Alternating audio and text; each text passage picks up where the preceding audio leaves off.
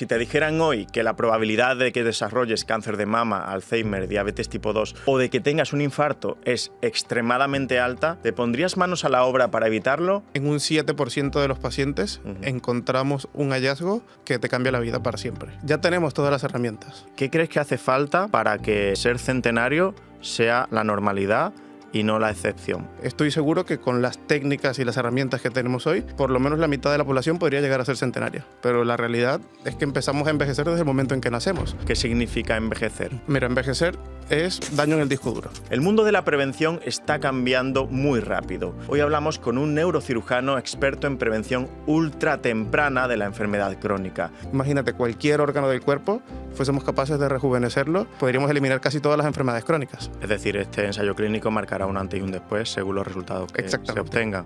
José, ¿crees que estarás vivo en el 2100? Seguro. Estoy convencido de que será así. Bienvenido a Mejor que Ayer, doctor José Hernández Poveda. Si eres profesional de la salud y quieres formarte en medicina anti-aging con evidencia, anunciamos que la tercera edición del Máster de Longevidad, el Método Cronos, está a punto de ver la luz.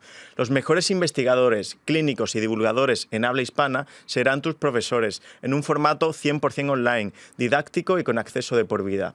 Si estás interesado en crear salud de la población y quieres pivotar de un modelo centrado en la enfermedad, esta es la lista de acceso prioritaria. Bueno, bienvenido a Mejor que Ayer, doctor José Hernández Poveda. ¿Cómo estás en Málaga, aquí en este episodio hablando de anti-aging? ¿Estás contento? Bueno, primero que nada, muchas gracias por invitarme. Es un placer enorme poder hablar de esto con alguien como tú, que está formado también en medicina de longevidad y en cómo ayudar a las personas a mantenerse sanos la mayor cantidad del tiempo posible. Sí, a mí me motiva muchísimo las charlas en las que los dos nos dedicamos a lo mismo, porque sé que no va a ser una charla superficial, sé que va a ser pues, mucho más profunda de lo habitual y que va a darle al público una visión más fresca de esto que llamamos medicina de longevidad o medicina anti-aging, ¿no? Lo primero que quiero preguntarte es algo personal y es cómo un neurocirujano acaba dedicándose a la longevidad. Pues mira, es una historia un poco interesante y yo creo que viene de algo que todos los que nos dedicamos a esto nos hemos dado cuenta, y es que la medicina tradicional no hace todo lo que podría por los pacientes. Tenemos muchas herramientas, muchas maneras de ayudar a las personas y a pesar de que sabemos cómo hacerlo, el sistema no está diseñado para realmente poder ayudar a la gente a mantenerte sana. Y a mí me vino de una enfermedad que tratamos mucho en neurocirugía, que son los aneurismas cerebrales. Nosotros, cuando yo hice mi residencia en Madrid, en el Gregorio Marañón, allí podíamos ver 3, 4 rupturas de aneurisma por guardia. ¿Por guardia? Por guardia. Muchas de ellas letales, entiendo. Alrededor de un 30% letales, y cuando no era letal, pues sueles quedar con algunas secuelas importantes, pérdida de tus capacidades, de tu cognición, de tu bienestar emocional, del habla, de la movilidad, una enfermedad terrible. Y siempre me llamó mucho la atención, oye, esto es una enfermedad que sabemos diagnosticar con una técnica que ni siquiera es invasiva, y si lo diagnosticas, lo puedes curar, lo puedes eliminar por completo de la humanidad. Es una enfermedad que no tendría que existir. Tenemos todas las herramientas y sin embargo no se hace. Eso me llevó a mí mismo a hacerme una resonancia cerebral para ver si tenía o no un aneurisma. Por suerte no lo tengo, pero la mayoría de las personas no tienen acceso a eso. Curioso, sabes que me toca muy de cerca, además un tema muy sensible porque uno de los hermanos de mi pareja murió con 19 años de un aneurisma cerebral, justamente. Entonces, era algo, realmente es una enfermedad, como tú dices, prevenible con técnicas de imagen, ¿no? Y que se puede, como tú dices, curar, ¿no? Se puede cerrar ese aneurisma. Por supuesto, por vía endovascular o ya sea por cirugía, la mayoría se puede por vía endovascular. Pero si a todas las personas le hiciéramos una resonancia cerebral cada 5 años y todos los aneurismas que encontráramos los tratáramos, nunca más existiría una ruptura de aneurisma. ¿Por qué tienen que venir 4 personas todas las guardias con una ruptura de aneurisma cerebral cuando lo podemos eliminar por completo? Buen punto, muy buen punto. Y entrando ya en una pregunta más general, ¿qué crees que hace falta para que lleguemos al punto en el que ser centenario sea la normalidad y no la excepción? ¿Llegaremos a eso? Pues ya tenemos todas las herramientas. El problema está en que vemos el envejecimiento como algo que nos ocurre después de los 60 años, cuando nos hacemos mayores, es cuando nos empezamos a preocupar por el envejecimiento. Pero la realidad es que empezamos a envejecer desde el momento en que nacemos. Es daño acumulado que vamos teniendo en nuestro organismo, y si fuésemos capaces de concienciar a la población, es más, un reto cultural que un reto técnico, de lo importante que es mantener tu cuerpo, de lo importante que es cuidar tu salud desde muy pronto. Estoy seguro que con las técnicas y las herramientas que tenemos hoy, por lo menos la mitad de la población podría llegar a ser centenaria. Pero ¿no crees que gran parte, claro, dice por lo menos la mitad, ¿no crees que gran parte de las posibilidades que tenemos para ser centenarios vienen en los genes? Yo te diría que alrededor de un 20 o un 30% de nuestra longevidad viene dictada por la genética, por genes que pueden aumentar la probabilidad de tener alguna enfermedad, sobre todo enfermedades crónicas, cáncer, o genes que promueven la longevidad. Pero gran parte del resultado final depende de las acciones que tomas cada día. Es lo más importante, sin duda. El estilo de vida es la base de cualquier protocolo de longevidad. Y si tuviéramos que explicarlo de forma muy sencilla para el público, ¿qué significa envejecer? ¿Por qué envejecemos? Mira, envejecer es daño en el disco duro. Es información que perdemos. Nuestro ADN es todo ese manual de instrucciones que nos dice a cada célula todo lo que tiene que hacer. Y esto se llama la teoría de la información de David Sinclair, donde él lo que nos explica es que por cada proceso de división celular, por la exposición a tóxicos, por todas las cosas que producen daño en el ADN, esa información se va perdiendo con el tiempo, las células van perdiendo acceso a los genes fundamentales que necesitan para cumplir todas sus funciones. En el momento en que una célula, por ejemplo, si eres una célula de la piel y ya no tienes acceso al gen del colágeno o al gen de la elastina, pues dejas de cumplir tu función, empiezan a aparecer arrugas, y esto pasa en todas las células del cuerpo, en el corazón, en el cerebro, en los huesos, y esto es uno de los principales motores del envejecimiento. Hay muchas otras cosas relacionadas con el envejecimiento, las mitocondrias, el microbioma, las proteínas, los sensores de nutrientes, pero para mí esta es la alteración fundamental, un problema de software. Si fuésemos capaces de reparar ese software, seríamos capaces de combatir el envejecimiento de verdad. O sea, el envejecimiento es pérdida de información. ¿Y podremos llegar a recuperar esa información y dársela a las células? Por supuesto, eso es el campo de investigación activo más emocionante para mí de la actualidad en cualquier ciencia.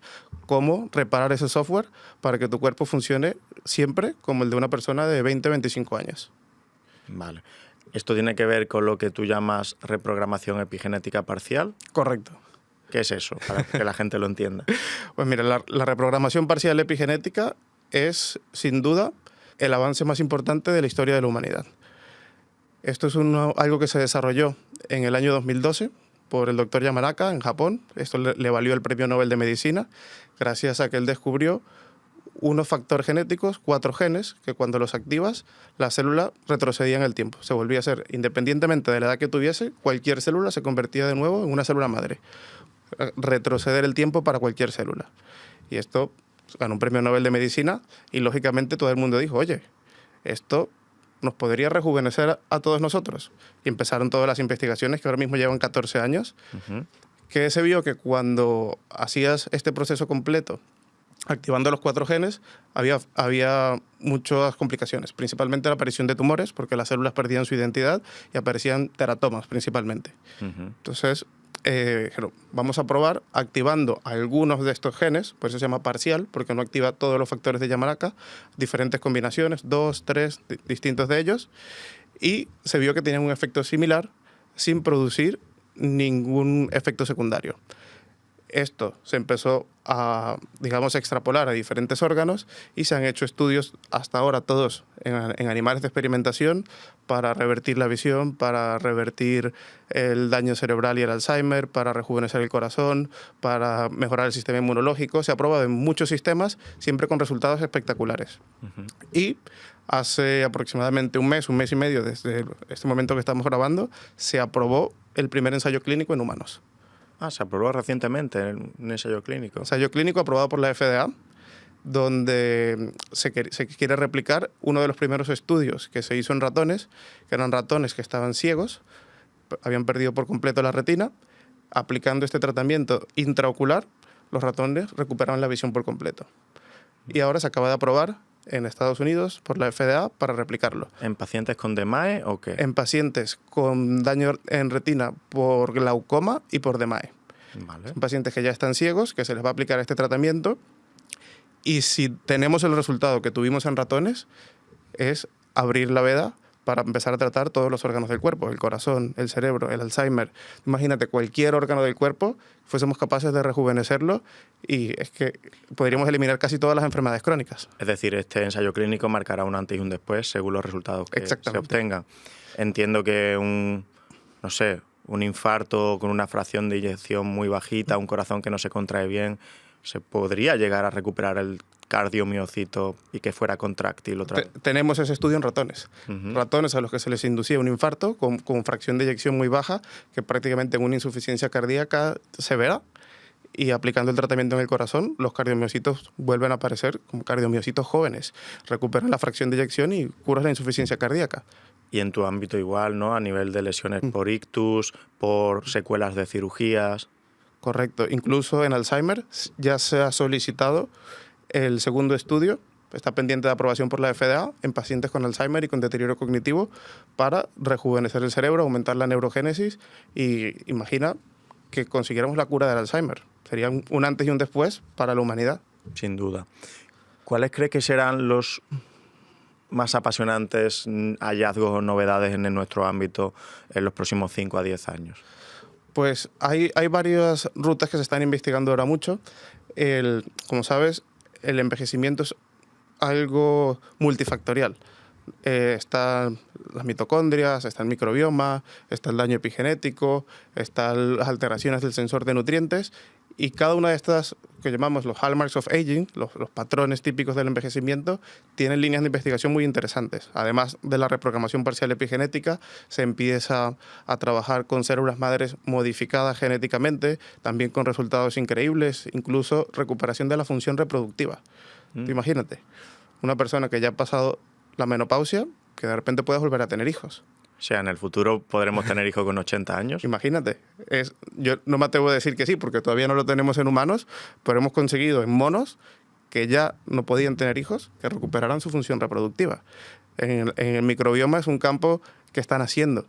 Cada día aparecen nuevas ideas de cómo incluso el riesgo cardiovascular. Se ha descubierto que muchas personas que no tienen factores de riesgo y que presentan infartos es por un metabolito que se produce en el microbioma y esto nos permite abrir cada vez más estrategias, llegar más profundo, conocer realmente cómo funciona el cuerpo humano y cambiar el futuro de la humanidad para siempre.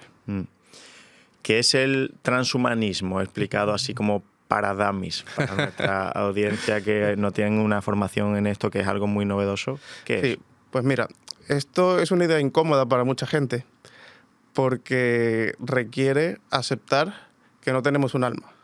Que no tenemos un alma. Correcto. Esa idea religiosa del alma, ¿no? Sí, ¿no? Es algo en lo que la mayoría de las personas crecen, el alma, en eso que va más allá, que nadie sabe dónde está, si está en el corazón, en el cerebro, en el intestino, donde quieras. Pero nuestro cerebro, a nivel físico, funciona exactamente igual que un móvil o que un ordenador. Son unos y ceros, millones de unos y ceros. Es la máquina más compleja que existe. Y de todas esas conexiones sale nuestra conciencia, salen nuestros pensamientos, nuestras ideas y quiénes somos nosotros. Si en algún momento la tecnología nos permitiera analizar el 100% de esas conexiones, todos los unos y ceros de nuestro cerebro y transferirlos a un ordenador, seríamos nosotros. O sea, podría replicarnos. Podrías vivir dentro de un robot en un disco duro muy grande que tiene el 100% de tus ideas, de tus experiencias, de tus recuerdos, todo quién eres tú, pero tendrías alma, seguirías siendo tú. Esa es la duda a la que mucha gente se enfrenta y mucha gente dice, esto ya es demasiado, yo aquí no quiero jugar. Pero yo soy un científico. A mí explorar todo lo que la ciencia nos pueda dar me encanta y creo que es algo factible. Obviamente hoy no tenemos la tecnología para evaluar un cerebro entero, pero a la velocidad a la que están creciendo las cosas, yo creo que esto va a llegar. O sea, es la idea de que nuestro cuerpo es simplemente una carcasa y que la información que contiene es trasladable a otros continentes de información, como puede ser un ordenador o un robot o un disco duro. Exactamente, transferir tu cerebro a un disco duro, meter ese disco duro dentro de un robot humanoide y lo que ese robot humanoide serías tú. Y allí, pues eso sería alcanzar prácticamente la inmortalidad. Claro, podríamos, por ejemplo, haber metido el disco duro de Darwin en un disco duro extraíble y ahora replicarlo, ¿no?, en otro ser humano con el cerebro de Darwin. Imagínate aquí teniendo una conversación con Darwin. Claro. Fliparíamos. Sí, sí, totalmente. José, ¿crees que estarás vivo en el 2100? Seguro. Estoy convencido de que será así. Pero más allá que estar vivo, lo que más me importa es conservar mi salud. Ser independiente, tener personas con las que quieren disfrutar de la vida, tener un propósito de vida, pero los límites de la biología van a cambiar con total seguridad en los próximos años y la pregunta no es si estarás vivo, sino qué vas a hacer para disfrutar de la vida y para mantener ese propósito. Si eres profesional de la salud y quieres formarte en medicina anti-aging con evidencia, anunciamos que la tercera edición del Máster de Longevidad, el método Cronos, está a punto de ver la luz. Los mejores investigadores, clínicos y divulgadores en habla hispana serán tus profesores, en un formato 100% online, didáctico y con acceso de por vida. Si estás interesado en crear salud de la población y quieres pivotar de un modelo centrado en la enfermedad, esta es la lista de acceso prioritaria. Claro, esa es la siguiente pregunta, ¿no? ¿Querrás estar vivo con 100, 110, 120 años? ¿Cómo visualizas el mundo por aquel entonces? Pues yo soy muy optimista. Lógicamente, a veces es difícil mantener el optimismo en el mundo en el que vivimos, con todas las cosas que ocurren, guerras, maldad, problemas de discordancia de clases, todas estas cosas. Pero yo creo que la tecnología es una herramienta invaluable que nos va a permitir elevar aún más la experiencia humana. Si sabemos aprovechar la tecnología y las personas buenas, con buenas intenciones, hay muchísimas en el mundo y creo que somos más que los que quieren hacer daño y que los que se quieren beneficiar a costa de los demás. Creo que el mundo dentro de 100 años será completamente distinto, habremos eliminado gran parte del sufrimiento humano y lo importante para mí es ese propósito. Que nunca te canses de vivir, poder disfrutar de cada momento y siempre tener un plan, siempre tener un objetivo. Yo creo que eso es lo que te mantiene con ganas de seguir viviendo. Recuerdo que en alguna entrevista decías por ahí, creo que era con Uri Sabat, que pronto podrá haber modelos de Victoria's Secret con 80 años, ¿no? Creo que algo así. O que tu abuela podría ser modelo de Victoria's Secret. Claro. O sea, son escenarios como, no sé si utópicos o distópicos, pero ¿llegaremos a eso realmente? O sea, ¿podremos mantener una apariencia juvenil mucho más tiempo? Yo creo que sí. La respuesta definitiva, el sí al 100%, te lo diré dentro de 2 años, cuando tengamos el resultado del estudio sobre la visión. Si ese estudio nos da los resultados que esperamos, la respuesta es sí, sin duda. Porque ya sabremos que somos capaces de revertir el envejecimiento al 100% en el cuerpo humano, a todos los niveles.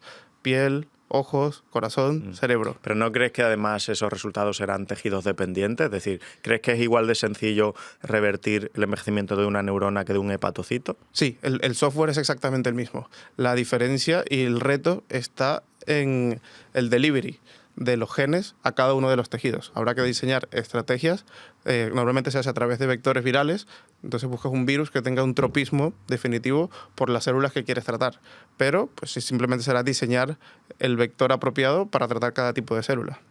Muy interesante. Hablando de prevención, casi más que toda esta movida futurista, lo que más me interesa a día de hoy es cómo empezó la charla. La prevención vida real a día de hoy, ¿no? Y el salvar esas vidas, que realmente es así, como lo dices. Una persona, si detectamos que tiene un aneurisma con 20 años, le podemos salvar la vida. Y así con tantas enfermedades. Hablas de diagnóstico ultra precoz y creo que es lo que hacéis en Age Reversal, ¿no? Correcto. En vuestras clínicas. Explícaselo a la gente.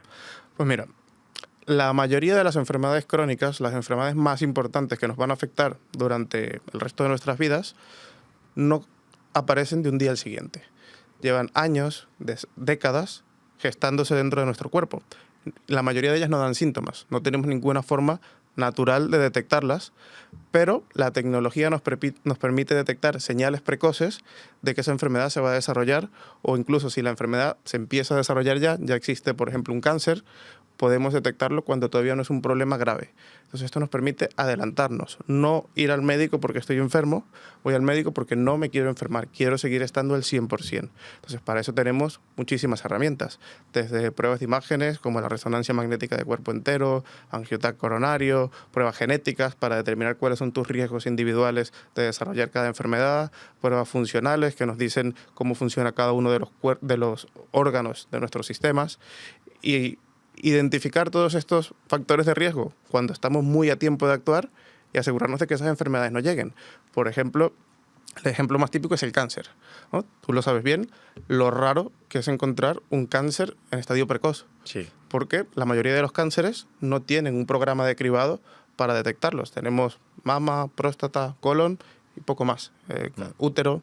Sí, pero son cribados toscos, ¿no? Por sangre en heces, cuando ya sangra un tumor probablemente. Sí, ya es un tumor probablemente avanzado. Entonces, si somos capaces de detectarlo en esa primera etapa, en ese estadio 1, la probabilidad de que mueras por ese cáncer es menor al 10%. Pero si lo detectas cuando ya se ha esparcido por el resto del cuerpo, la probabilidad de muerte muchas veces supera el 90%. ¿Y qué herramientas tenemos a día de hoy? Porque he visto en tu clínica que uno de los, digamos, bueno, una de las cosas que ofertáis es diagnóstico precoz de cáncer en sangre. Sí. ¿Cómo es esto? Esto es una de las tecnologías más nuevas y es apasionante.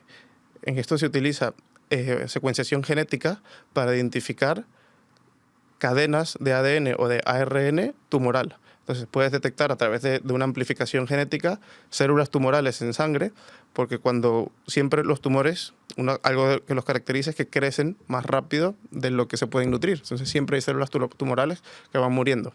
Y sueltan ADN. Sueltan ADN, ese ADN lo podemos encontrar en sangre y estas pruebas lo que hacen es detectar eso, lo amplifican y te dicen, oye, he detectado una cadena de ADN que probablemente sea tumoral y además seguro que es del pulmón. Entonces puedes encontrar tumores milimétricos que de otra forma no existirían. Es una tecnología muy nueva, todavía falta algo de afinamiento, pero ya tiene un track que lo podemos utilizar hoy en humanos con resultados prometedores. Y eso después imagino que te llevaría a hacer una prueba de imagen. Correcto. Y para confirmar o desmentir. Vale. Nosotros nos gusta mucho algo que se utiliza mucho en aeronáutica, que es duplicar todos los sistemas. No quedarnos solo con una prueba, porque como tú bien sabes, todas las pruebas tienen una sensibilidad y una especificidad, pero si somos capaces de atacar un problema desde varios sitios, pues la probabilidad de éxito es mucho mayor. Entonces utilizamos las pruebas en sangre, utilizamos marcadores tumorales, utilizamos pruebas de imágenes para visualización directa, utilizamos la genética para saber por dónde es más probable que pueda aparecer un cáncer y de esta forma nada nos va a llegar a sorprender. Has mencionado antes que hacéis resonancia magnética de cuerpo completo. Claro, esta es una herramienta potentísima, me imagino, pero que hay que saber interpretar y manejar. ¿Cuántos Teslas, por curiosidad? 3. 3 es bastante potente, sí, aunque las hay en investigación más. De 5. Pero claro, nosotros los endocrinos, como sabrás, pues tenemos un término para hallazgos incidentales que se llaman incidentalomas. Sí. Un nódulo suprarrenal, un nódulo tiroideo. Esto se verá, porque esto es súper frecuente en la población. No, yo tengo un nódulo tiroideo aquí que estarás viendo. Realmente, si no lo supiera y veo que tengo un nódulo de 3 centímetros, me asustaría bastante. ¿Qué ocurre? ¿Cómo manejáis esas ansiedades? Porque claro, después de esa resonancia magnética funcional pues vendrán otras pruebas y otras pruebas. ¿Cómo manejáis toda esa incertidumbre con los pacientes? Pues lo primero es informarles muy bien, que sepan que con una altísima probabilidad encontraremos algo, ¿no? Estos incidentalomas muchas veces no tienen ninguna relación patológica y además están muy bien definidos radiológicamente. La mayoría de las cosas que encontramos podemos con un relativo margen decir, vale, esto es con un tanto por ciento de probabilidad benigno. Pero cuando encontramos algo no nos quedamos allí. La resonancia es una técnica de screening que no es una resonancia de diagnóstico tradicional en la que haces que hay 50 secuencias y puedes mirar cada una de estas cosas. Entonces, cuando encontramos un incidentaloma, vamos a una prueba más específica para ver más características que nos indiquen más si esto va hacia algo benigno, hacia algo maligno y sobre todo el seguimiento. ¿Eso lo hacéis todo en vuestra clínica o deriváis a...? Lo hacemos todos nosotros. Vale. Y para mí muy importante es el seguimiento, ¿no? Porque si yo encuentro que tienes un nódulo suprarrenal, en 3 meses te hago una ecografía y veo que no esté creciendo, a los 6 meses la vuelvo a repetir antes de ir a biopsiarlo, ¿no? Porque si no tienes ningún síntoma y todo el resto de pruebas son normales, intentar generar calma, decir, hemos encontrado esto y esto con toda probabilidad es benigno, lo vamos a seguir y ante el más mínimo signo de que esto pueda ser algo importante, daremos el siguiente paso. Vale, interesante. De los hallazgos que encontráis, que serán muchos, ¿sobre cuáles se pueden actuar que realmente generen un antes y un después para el paciente? Por ejemplo, me gusta mucho el ejemplo que has puesto de los aneurismas. ¿Qué otras cosas que encontráis le puede cambiar la vida a corto, medio o largo plazo al paciente? Te diría que en un 7% de los pacientes encontramos un hallazgo que te cambia la vida para siempre. ¿En un 7? 7. La mayoría de los pacientes están sanos y no encontramos nada y eso es lo mejor que te pueden decir. Vale, la resonancia no ha servido para nada, pero en realidad sí que ha servido. Claro, para quedarte tranquilo.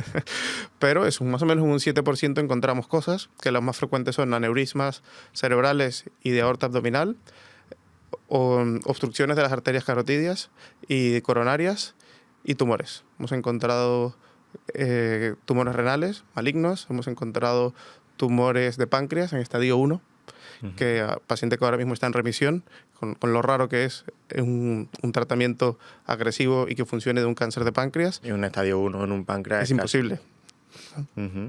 Y a veces encontramos pues, malformaciones genéticas o los que la gente nace y no sabían que tenían, como un Chiari o malformaciones de la columna, este tipo de cosas que ya realmente pues, es más una curiosidad que puedes saber y si no te da ningún síntoma muchas veces lo ignoramos. Pero principalmente es a nivel tumoral y vascular. Ah, súper interesante. ¿Has oído hablar de la inusferesis? El otro día un vecino me pasó un vídeo de un influencer que había volado de Estados Unidos a Mallorca para hacerse este procedimiento que, por lo que investigué, es algo así como una diálisis, pero que te saca tóxicos de la sangre, ¿no?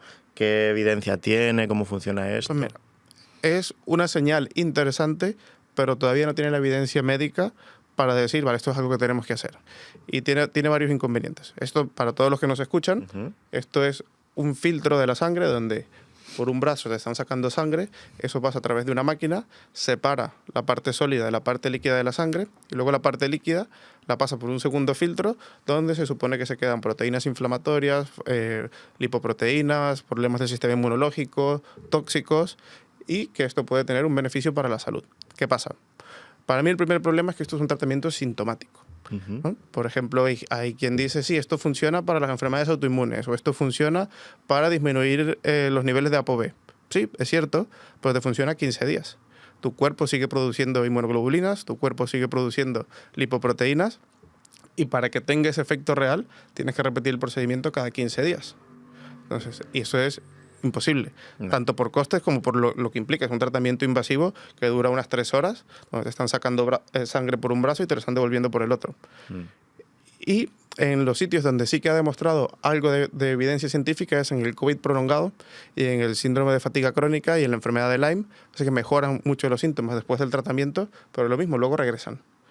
Y en el extracto de la sangre, lo que sale del filtro, se ha analizado y se ha visto que hay una alta concentración de metales pesados, de microplásticos, de toxinas ambientales que sabemos que se están quitando del cuerpo, pero no hay ninguna evidencia que nos diga que eso está cambiando los niveles en sangre de mercurio o los niveles en tejidos. Entonces, es una señal interesante. Sabemos que disminuye la inflamación, sabemos que puede quitar toxinas. Necesitamos estudios reales. Ensayos clínicos, hasta ahora todos son estudios de casos de 20, 30 pacientes. Eso como médicos no nos vale. Vale, interesante. He visto en vuestros servicios que incluís también la IA, la inteligencia artificial. Por ejemplo, he visto una categoría que era detección del melanoma con IA. ¿Cómo es eso? Pues mira, esto es un software que es aceptado, que tiene médicamente, que tiene marcado CE, que utilizamos un dermatoscopio y subimos todas las imágenes a este software de cualquier lesión que tengas en la piel. Hacemos fotografía del 100% de la piel, lo subimos al software y el software tiene una precisión para detección de melanoma del 98%. Wow. Muy por encima de cualquier dermatólogo. Y el próximo año sale ya para el resto de lesiones de piel. Están ahora entrenando el modelo y la IA es mucho más potente que cualquier humano detectando patrones, sobre todo en imágenes. Ningún humano es capaz de analizar tantos puntos de datos y detectar estos patrones que a ti se te pueden pasar, a mí se me pueden pasar. Yo creo que la IA es una herramienta que nos va a ayudar a mejorar la medicina, no nos va a sustituir. Y te permite evaluar en el 100% de la superficie de la piel, porque los melanomas ya sabes que a veces aparecen en plantas de los pies, lugares como escondidos, ¿no? Sí, hay que revisarlo todo, incluso la vulva, los genitales, las plantas, detrás de las orejas. Esto ya es hasta dónde quieres mirar. Nosotros, pues como sabemos que puede venir de cualquier sitio, hacemos un análisis completo de la piel. Hacéis también una secuenciación completa del genoma. Sí. Para mí es una de las pruebas más interesantes que hay. Creo que todo el mundo debería secuenciar su genoma. Es algo que se hace una vez en la vida, porque eso no va a cambiar. Con esto naces y con esto te mueres. Y te sirve principalmente, siempre le digo a mis pacientes, todos tenemos un manual de instrucciones de cómo se construye nuestro cuerpo. Y todos venimos con errores en ese manual que nos dan ventajas y nos dan desventajas. Si tú sabes cuáles son tus ventajas y cuáles son tus desventajas, pues sabes por dónde es más probable que falle el sistema. No quiere decir que lo vayas a tener. Porque tengas más riesgo de tener cáncer de colon o de tener Alzheimer, no quiere decir que eso se vaya a presentar. Pero sí que tienes más riesgo que una persona normal y que a lo mejor deberíamos tomar medidas cautelares adicionales para, si esto aparece, detectarlo o incluso, si podemos, evitar que aparezca del todo. Claro. También hacéis análisis del volumen cerebral con IA. ¿Cómo es esto? Esto me llama mucho la atención. Pues a mí me encanta esta herramienta. Esto viene de la resonancia magnética cerebral de 3 Teslas. Lo subimos también a un software médico que divide el cerebro, es una volumetría de cada una de las áreas del cerebro, todos los giros cerebrales, y dice exactamente el volumen que tiene y lo compara con una base de datos de más de 50.000 otras resonancias magnéticas y te dice exactamente en qué percentil se encuentra cada una de tus zonas cerebrales y eso qué impacto tienen en tu futuro. Y te permite predecir el riesgo de Alzheimer, el riesgo de enfermedad de Parkinson, identificar lesiones desmielinizantes, lesiones vasculares, y te dice exactamente, pues mira, tu riesgo de cada una de estas patologías neurodegenerativas es este y además nos sirve para el seguimiento. Sí, nos da una curva predictiva de por dónde debería ir tu cerebro en los próximos años y a lo mejor haciendo todas las medidas que tomamos para proteger el cerebro, vemos cómo esa curva empieza a despegarse y podemos realmente prevenir la enfermedad. Es maravilloso. Buenísimo. Muy chulo. Hay también un núcleo de la medicina de prevención que son los biomarcadores analíticos. ¿Cuáles crees que son los más clave en longevidad? O los que una persona que se interesa en longevidad de repente dice, vale, quiero hacerme una analítica con biomarcadores que no sean los habituales que se suelen medir. ¿Cuáles 3, 4, 5 tendría que ver? Pues mira, siempre digo que hay pocos marcadores que te dan la mayoría de las probabilidades. Están los marcadores metabólicos, que está el nivel de insulina, que no se suele medir, la insulina en ayunas, la monitorización continua de glucosa, la hemoglobina glicosilada. Con esto puedes hacerte una idea bastante sensata del metabolismo de una persona y de su probabilidad de desarrollar enfermedades metabólicas. Los marcadores de inflamación crónica, como la proteína C reactiva ultrasensible, el TNF-alfa, el fibrinógeno, que nos hablan de esa activación innecesaria del sistema inmunológico que está muy relacionado con el envejecimiento, los marcadores cardiovasculares, el ApoB, la lipoproteína A, la homocisteína y la composición corporal. Para mí la composición corporal es clave, la cantidad de grasa visceral, cuánto músculo tienes, cómo está distribuida la grasa dentro de tu cuerpo, la densidad mineral de los huesos, son esos los biomarcadores que nos pueden hablar con mayor seguridad de todo lo que te va a ocurrir en los próximos años. Súper interesante. Ahora me estoy quedando con ganas de ir a visitar vuestras clínicas. Si tuvieras que elegir uno, es decir, te dicen, José, solo puedes medir un biomarcador analítico a tus pacientes. Difícil, pero ¿con cuál te quedaría? La insulina. ¿La insulina? La insulina. Simplemente. El nivel de insulina en ayunos es un predictor enorme de tantos problemas de salud a nivel cardiovascular, a nivel cerebral, de la inflamación crónica, de la grasa visceral, de la facilidad con la que puedes ganar o perder peso. Y además la insulina es un factor de crecimiento muy relacionado con el envejecimiento y con el desarrollo de enfermedades crónicas, con el cáncer, con la enfermedad cardiovascular. Entonces, este único dato nos permite evaluar gran parte de los sistemas del cuerpo. Y si tuvieras que quedarte con una evaluación de prueba de imagen, ¿qué prueba de imagen sería? Es que cada uno vale para algo distinto. Por eso. Pero a mí la prueba de imagen que he encontrado más utilidad es el angioTAC coronario. ¿AngioTAC coronario? Sí, porque hemos salvado muchas vidas.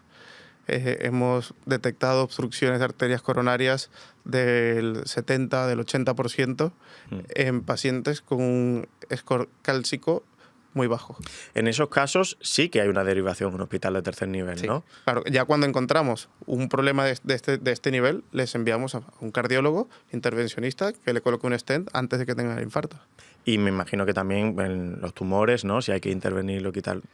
O sea, Claro. sí tenéis una comunicación Por con supuesto, hospitales, sí. me imagino, públicos y privados, según donde estéis, ¿no? En Palma, en Madrid, en Barcelona. Claro, nosotros intentamos ser un poco el director de toda la salud general de nuestros pacientes a nivel metabólico, cardiovascular, endocrino, nutricional, pero en el momento en que hay una patología grave que requiere de un manejo específico, pues lógicamente tienen que ir al especialista que más sabe de ello. No vamos a colocar nosotros un stent ni operarle de un tumor renal. Y me imagino que todo esto tiene unos software de gestión de datos muy complejos.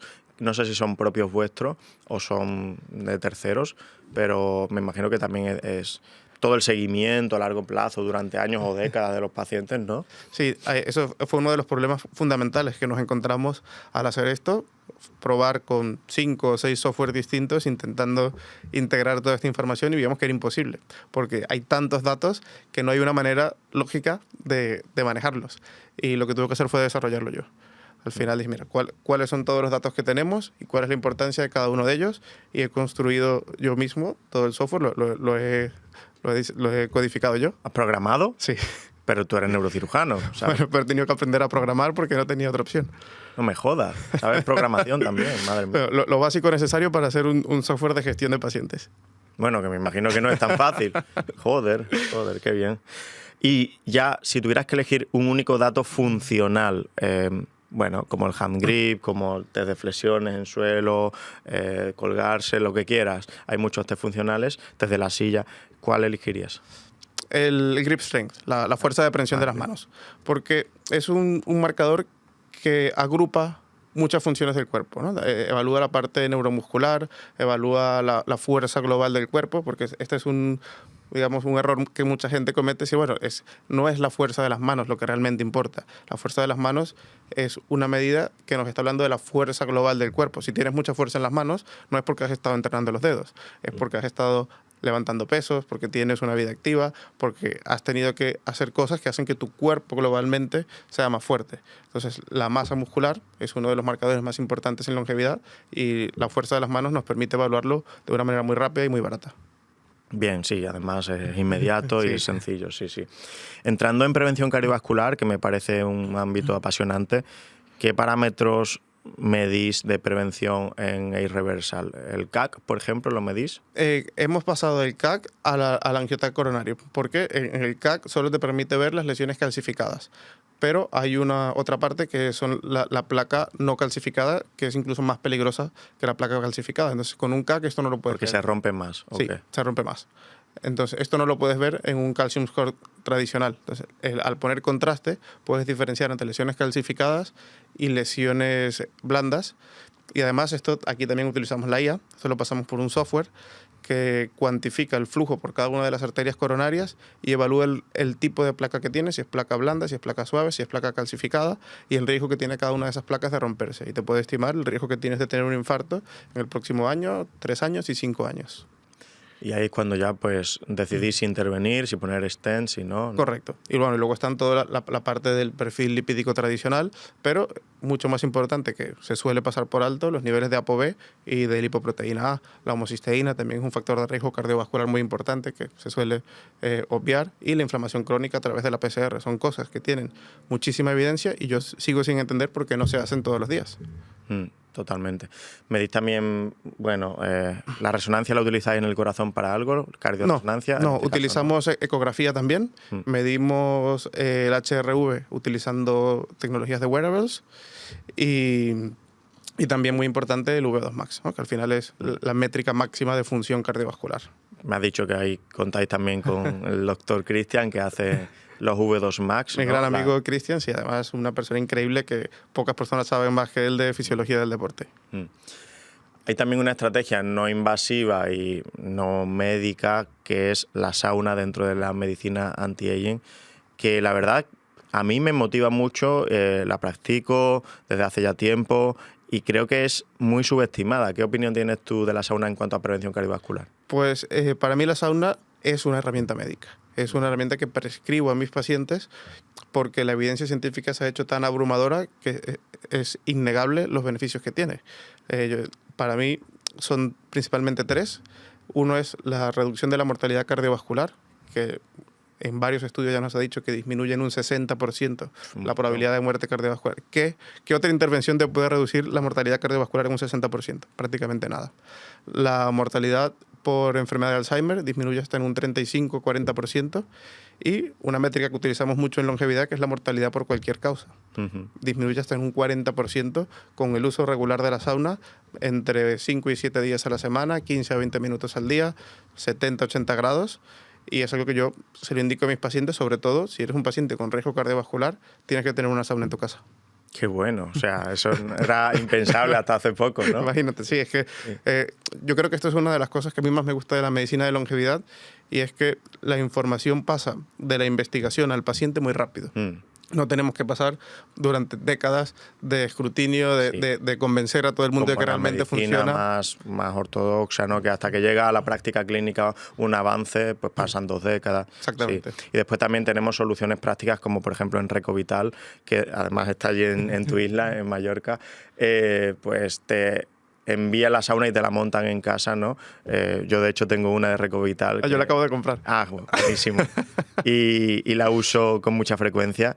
Y además, pues bueno, desde aquí, pues con el código Empoderación te vas a ahorrar 100 euros en la sauna, en cualquiera de las saunas de Recovital, que te animo a echarle un vistazo. Así que también les mandamos un saludo a Matías, que sé que es amigo tuyo también, sí, que es un fenómeno, es también un tipazo. Muy bien, me imagino que al final también tenéis un equipo de nutrición, entrenamiento, no sé si psicología, porque muchos de la puerta de salida de recomendaciones van a pasar por estilo de vida, ¿no? Todos. Entonces es una parte fundamental. El estilo de vida es la base de cualquier programa de longevidad. Si vas a un sitio donde te venden longevidad en un bote, o en un vial, o en un suero, esto no es longevidad para mí. Si no te ayudan a entrenar, a comer, a dormir, a manejar el estrés, a saber cuáles son todos tus riesgos, realmente pues, te están vendiendo marketing. Entonces, si contamos con nutricionistas, con entrenadores personales y con equipos de atención mental y desarrollo de hábitos que nos ayudan a implementar todo lo que el equipo médico prescribe. Pero nosotros realizamos la prescripción propia de la nutrición, del entrenamiento, de cada una de las rutinas, pero luego hay un equipo que se dedica al seguimiento, a solucionar dudas, a ayudarte a que lo estés ejecutando bien, digamos, a la parte más del día a día. Vale, interesante. Te quiero preguntar, ahí dijiste en una entrevista algo que me llamó mucho la atención, y es que la menopausia es un fallo de diseño. Explica esto. Pues mira, la evolución no se equivoca. Entonces, los humanos hemos evolucionado y la menopausia y unas pocas especies más, las ballenas y como 2 especies más de simios, el resto de los animales no sufren la menopausia. ¿Y por qué nosotros sí? Porque la evolución, a mí me gusta mucho la biología evolutiva. Los humanos somos muy difíciles de criar. Somos una especie que hasta que no tenemos 15, 20 años no somos independientes. Entonces, a la evolución lo único que le interesa es que tú seas capaz de tener descendencia y que esa descendencia sobreviva. Lo que a ti te pase en el resto del camino da absolutamente igual. No selecciona para esos rasgos.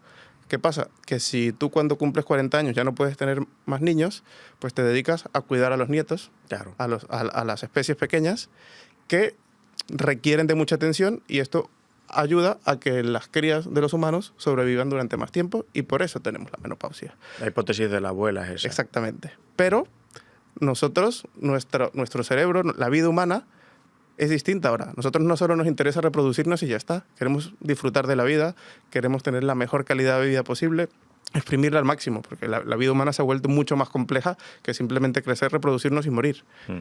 Entonces, si realmente queremos optimizar nuestra vida, necesitamos poder mantener nuestras hormonas en un nivel óptimo que nos permitan seguir disfrutando de la vida como corresponde. Claro, y eso en el hombre es claro, pero en la mujer es más claro todavía. Una mujer que vive 85, 90 años y a los 45, 50 ya no tiene hormonas que son esenciales para tener calidad de vida, sí se puede entender como un fallo de diseño, ¿no? Realmente estamos dejando sin algo esencial para tener calidad de vida a la mitad de la población durante la mitad de su vida, ¿no? ¿Por qué tendrías que aceptar eso como algo normal? Si tenemos la posibilidad, con prácticamente riesgos nulos o muy bajos, de que ocurra algo malo, ¿por qué no solucionarlo? ¿Por qué no vivir tu vida al 100% teniendo las herramientas para hacerlo? El problema también viene de la medicina. Y es que tanto a ti como a mí, cuando estudiamos medicina, nos dijeron que esto no se debe hacer. Por estudios mal diseñados de que nos decían que aumentaba el riesgo de cáncer de mama o que podía tener otros riesgos para la salud, que en los últimos 20 años se han ido desmitificando y demostrado una tras otra que esto en realidad no es así. Y también por una filosofía de contemplar el declive fisiológico como algo normal, natural, esperable y que hay que respetar. Pero no lo veo así tampoco. Quiero decir, las cataratas también son fisiológicas. Si llegamos a vivir lo suficiente, casi todos vamos a tener cataratas. ¿Por qué no quitárnoslas y ver bien y ser funcionales? Lo veo igual con las hormonas sexuales, ¿no? Y esto es algo que yo me imagino que tú verás también mucho en tu especialidad, porque los médicos tradicionales se suelen resistir mucho a este tipo de tratamientos. Y yo lo veo con mis pacientes que de repente un día van al ginecólogo y el ginecólogo les dice, pero ¿cómo te han puesto esto? Esto te produce cáncer. Y le dicen, tienes que dejarlo ya. Pero ¿cómo es posible que la medicina siga enfrascada en eso cuando hoy no hay ninguna duda de que el tratamiento hormonal sustitutivo aporta beneficios innumerables para la calidad de vida e incluso el riesgo de muerte de las mujeres? Es decir, o sea, salvando quizá mujeres con un cáncer de mama hormonosensible o con un riesgo trombótico muy elevado, ¿tú tratarías al resto? Sí. Sobre todo en mujeres, creo que no merece la pena, por el riesgo tan bajo que existe, perder toda tu calidad de vida durante el resto de años. Y siempre lo digo, los pacientes que más me quieren son mis mujeres posmenopáusicas. Me dicen, me has devuelto la vida. Vuelvo a ser yo, vuelvo a tener energía, vuelvo a ser feliz, tengo deseo sexual, quiero comerme el mundo otra vez, y es que llevaba años sufriendo y no lo sabía. Así es, así ocurre. También me ocurre a mí, tanto en mujeres como en hombres. Sí. Las mujeres son incluso más agradecidas.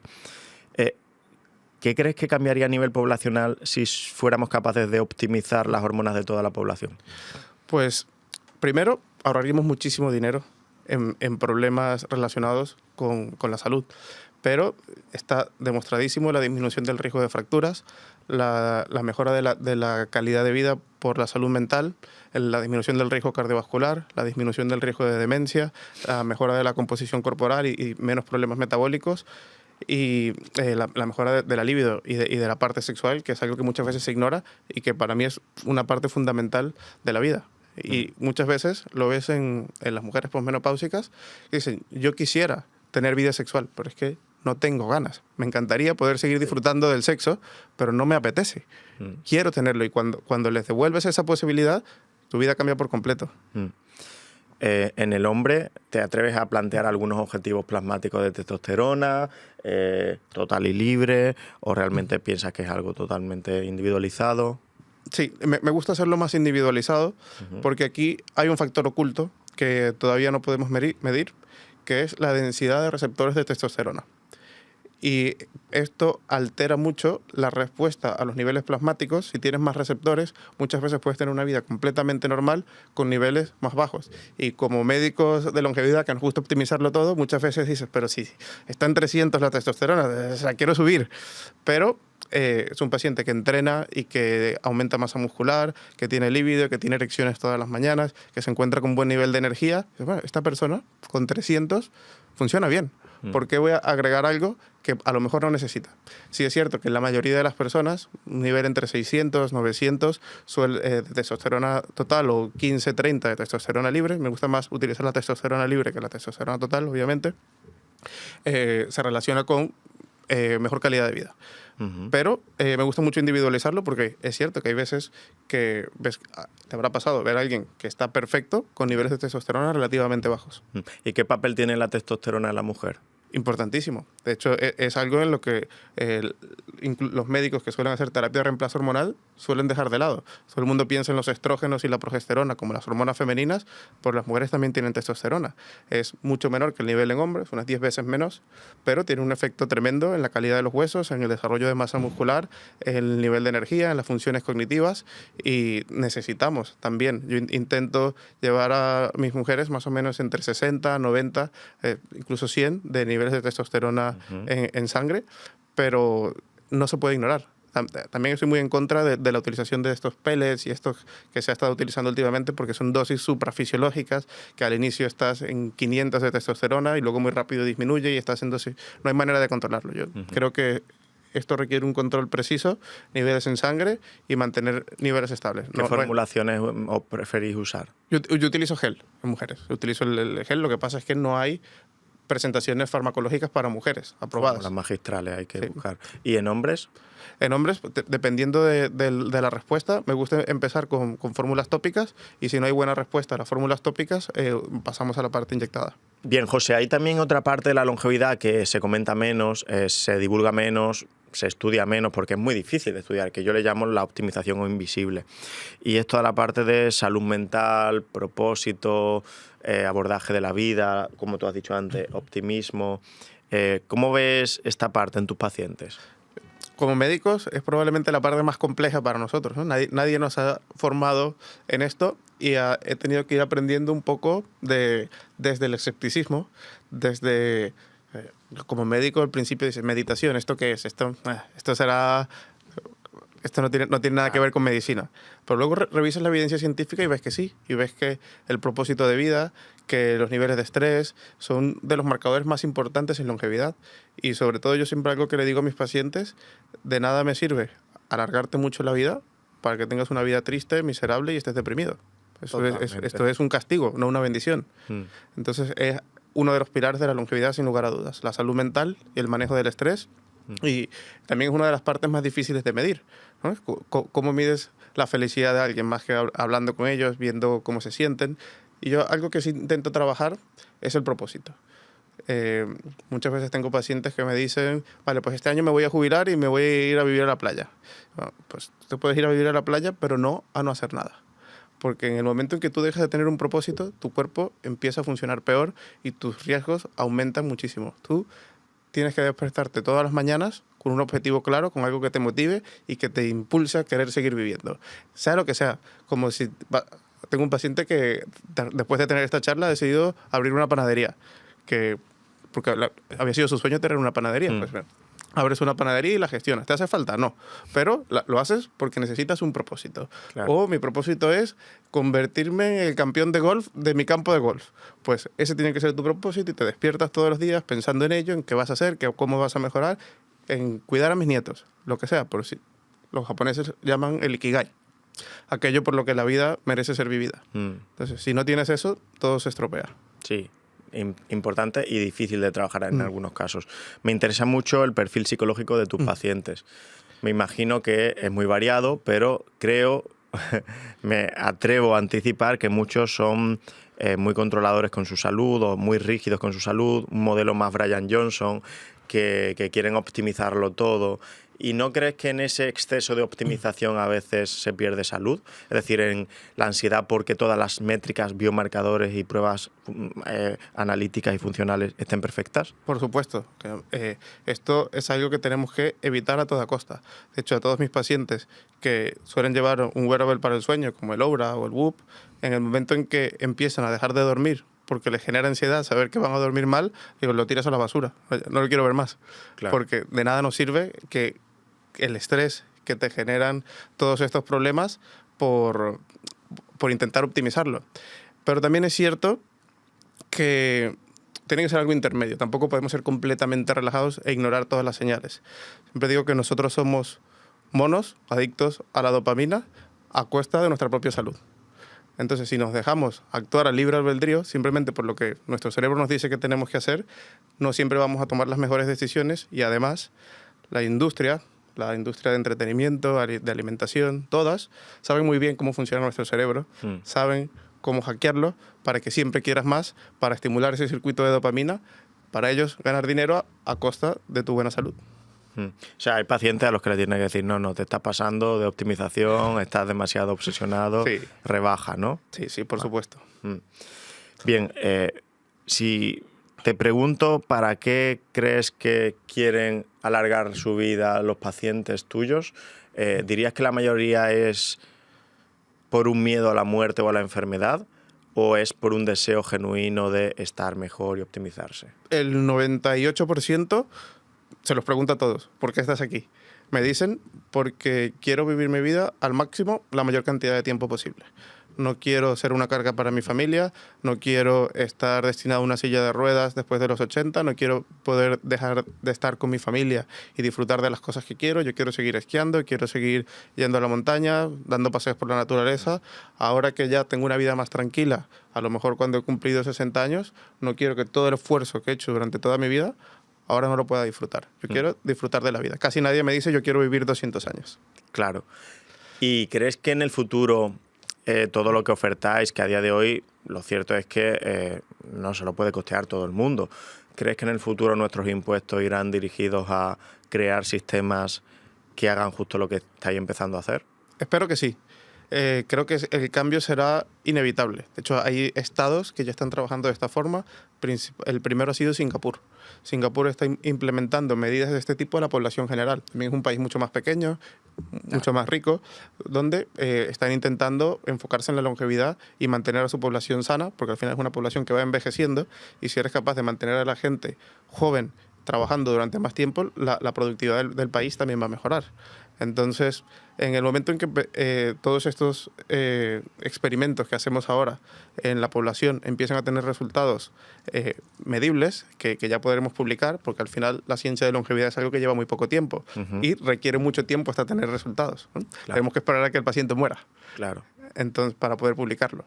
Entonces, en ese momento es cuando los gobiernos no tendrán otra alternativa que aceptarlo. Pero también es cierto que esto es un sistema que lleva más de un siglo, que hay muchos intereses de por medio en que esto no cambie y va a requerir de mucha presión de toda la población para poder conseguirlo. O sea, hay muchos intereses económicos en que el sistema siga estando centrando la enfermedad. Claro.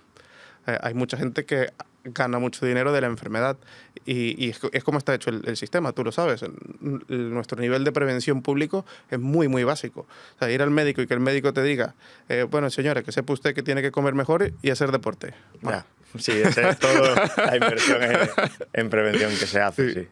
Sí.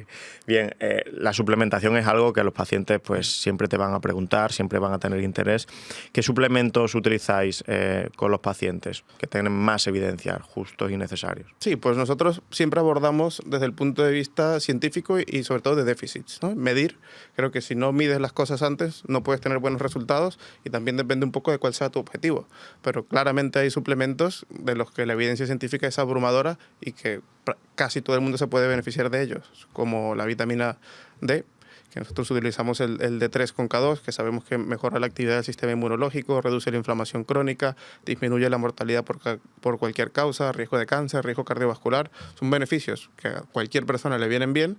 Y el problema con la vitamina D es que los resultados en las personas son muy variables. Hay personas que con 4.000 unidades tienen niveles óptimos que nosotros utilizamos entre 50, 80 más o menos.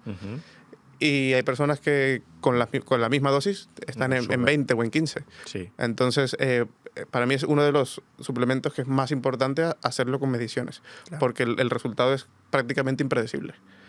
El omega 3, por sus beneficios cardiovasculares, por los beneficios a nivel de inflamación, a nivel cerebral.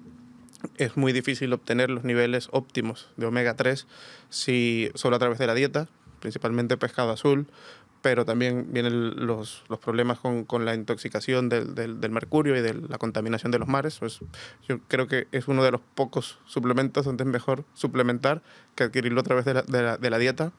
El magnesio, que también, como sabes, mejora las funciones cerebrales, el sueño, diferentes parte digestiva, parte muscular, y que la mayoría de las personas tienen deficiencias de magnesio. Todo esto son cosas que podemos medir.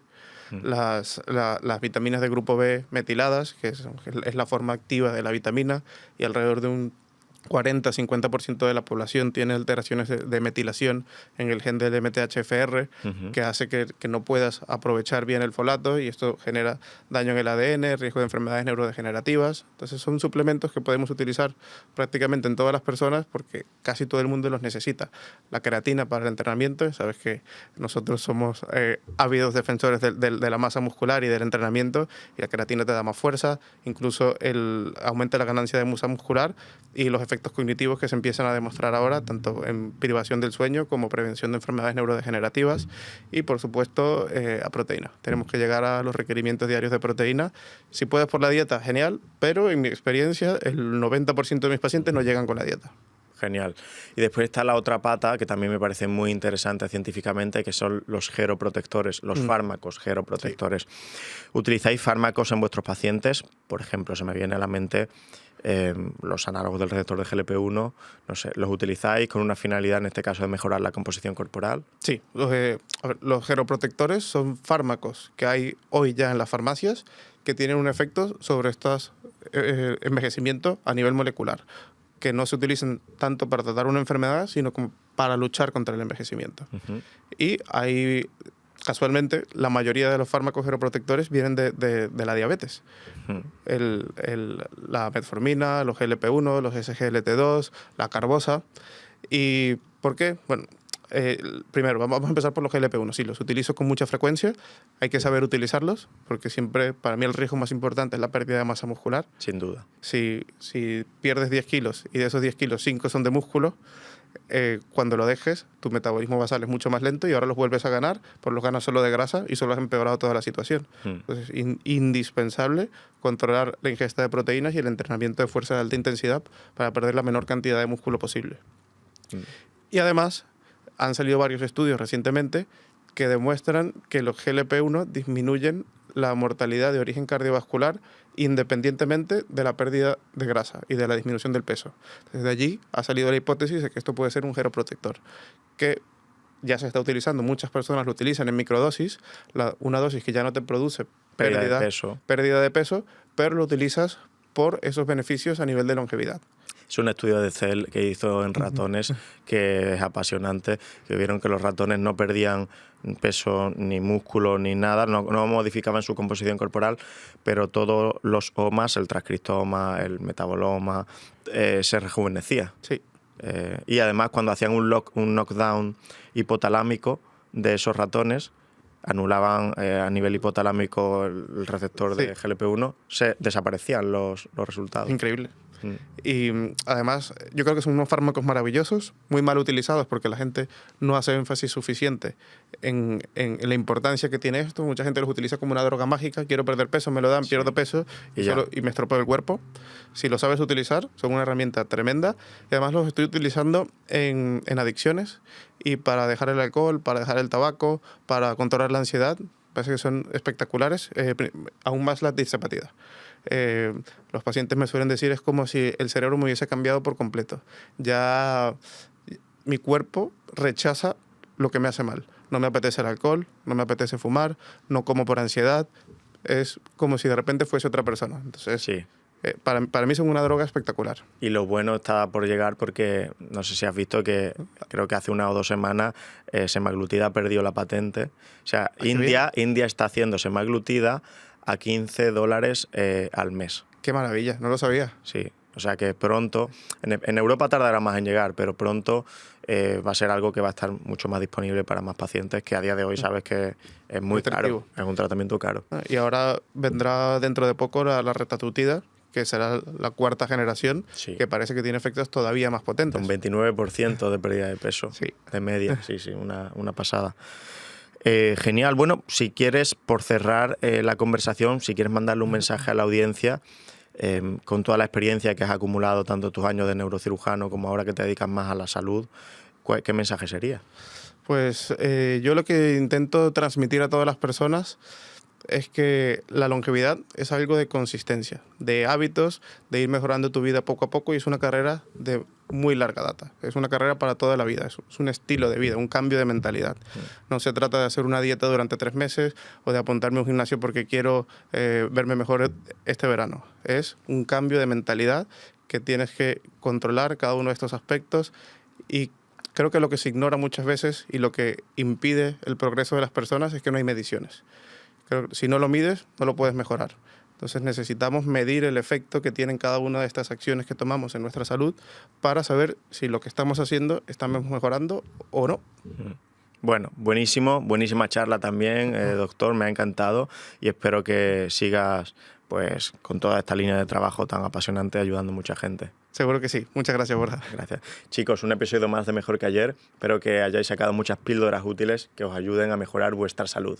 Nos vemos en el siguiente episodio. Un fuerte abrazo y a seguir empoderando.